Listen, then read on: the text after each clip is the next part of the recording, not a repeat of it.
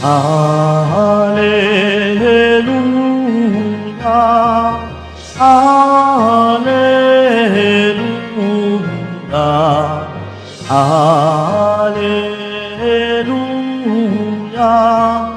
Alleluia.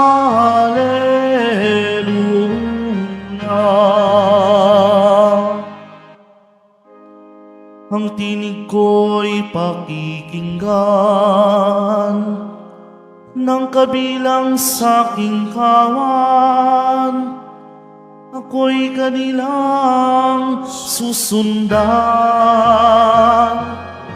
Alleluia, Alleluia, Alleluia, Alleluia.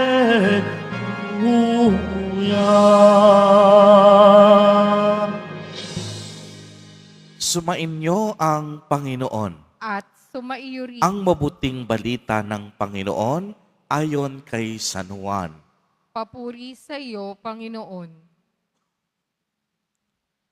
Taglamig na noon, kasalukuyang ipinagdiriwang sa Jerusalem ang pista ng pagtatalaga ng templo.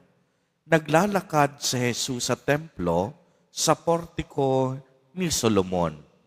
Pinaligiran siya ng mga Hudyo at sinabi sa kaniya, "Hanggang kailan mo kami pag-aalinlanganin? Kung ikaw ang Kristo, sabihin mo ng tiyakan." Sumagot si Jesus, "Sinabi ko na sa inyo, ngunit ayaw ninyong maniwala. Ang mga ginagawa ko sa ngalan ng aking Ama ay nagpapatotoo tungkol sa akin. Ngunit ayaw ninyong maniwala sapagkat hindi kayo kabilang sa aking mga tupa. Nakikinig sa akin ang aking mga tupa. Nakikilala ko sila at sumusunod sila sa akin. Binibigyan ko sila ng buhay na walang hanggan at kailanmay hindi sila mapapahamak. Hindi sila maaagaw sa akin ninuman.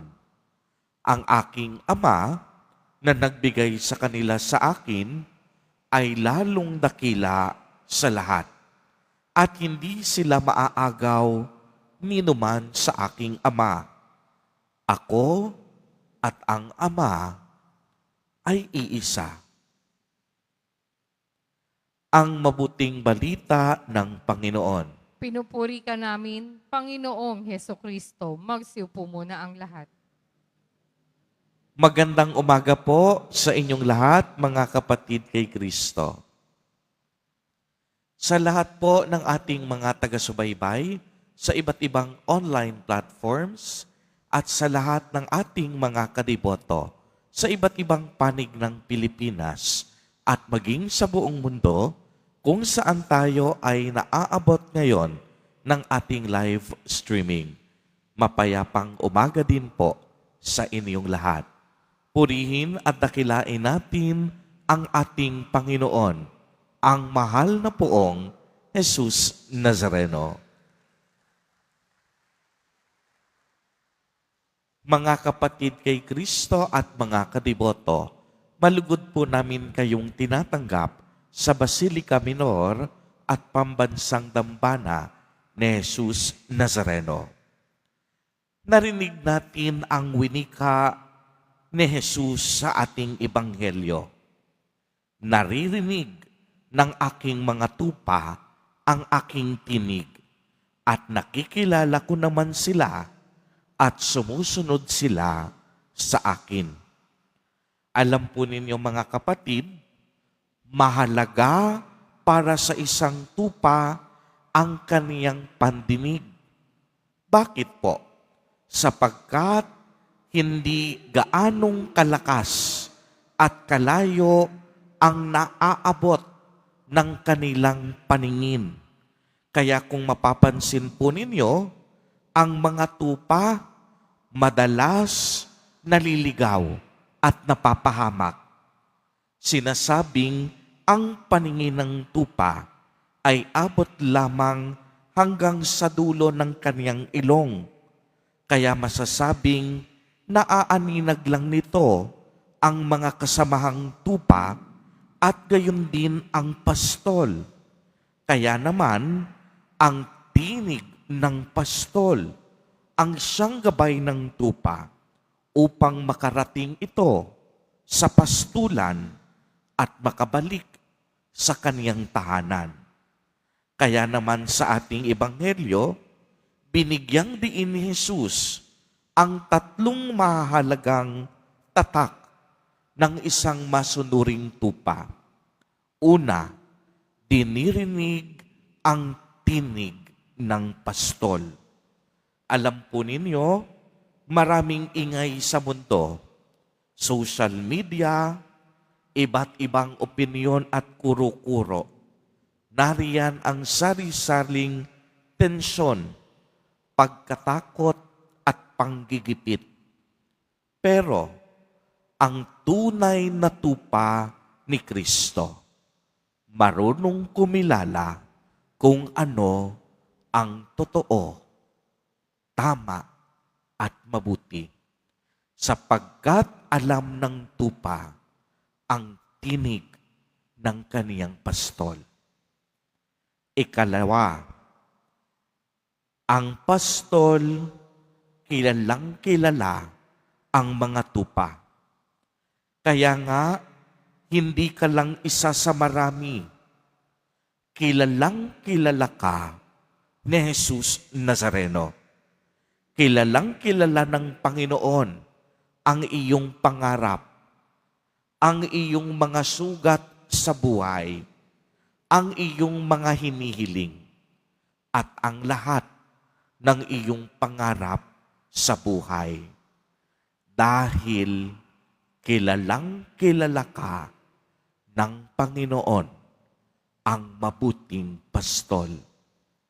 At ikatlo, ang isang tupa sumusunod lagi sa kaniyang pastol.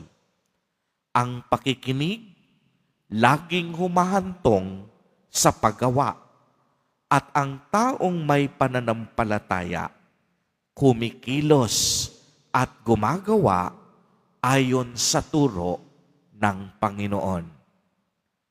Ang makamundong tinig sadyang mapandinlang at naghahatid sa atin ng kapahamakan, ngunit ang tinig ng mabuting pastol maghahatid sa atin sa kabutihan. Araw-araw, magandang pagsikapan natin pakinggan ang tinig ng mabuting pastol. Naway siya ang manguna sa ating mga pagdidesisyon at gawain sa buhay. Ang tinig nawa niya ang siyang gumabay sa atin kung saan tayo tutungo. Tulad ng mga tupa, kadalasan mayroon tayong mahinang mga paningin, kaya madaling maligaw. Ngunit kung laging bukas ang ating tenga at pandinig, alerto sa sinasabi ng pastol, hindi tayo mapapahamak at tiyak yon, makakarating tayo sa mainam na pastulan, ang pastulan ng buhay na ganap at kasiyasiya. Kaya ang panalangin natin sa araw na ito, Panginoong Hesus Nazareno, salamat po sa katiyakang ibinigay mo sa amin. Sa mga sandaling pakiramdam namin ay naliligaw kami. Ipaalala mo sa amin na kami ay nasa iyong mga pangangalaga. Turuan mo kaming makinig sa iyong tinig at sumunod sa iyo ng buong pagtitiwala. Ikaw at ang Ama ay iisa, at tanging sa iyo lamang kami makatatagpo ng tunay na pastulan at tahanan.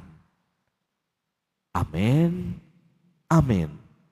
Purihin at dakilain natin ang ating Panginoon, ang mahal na poong Jesus Nazareno.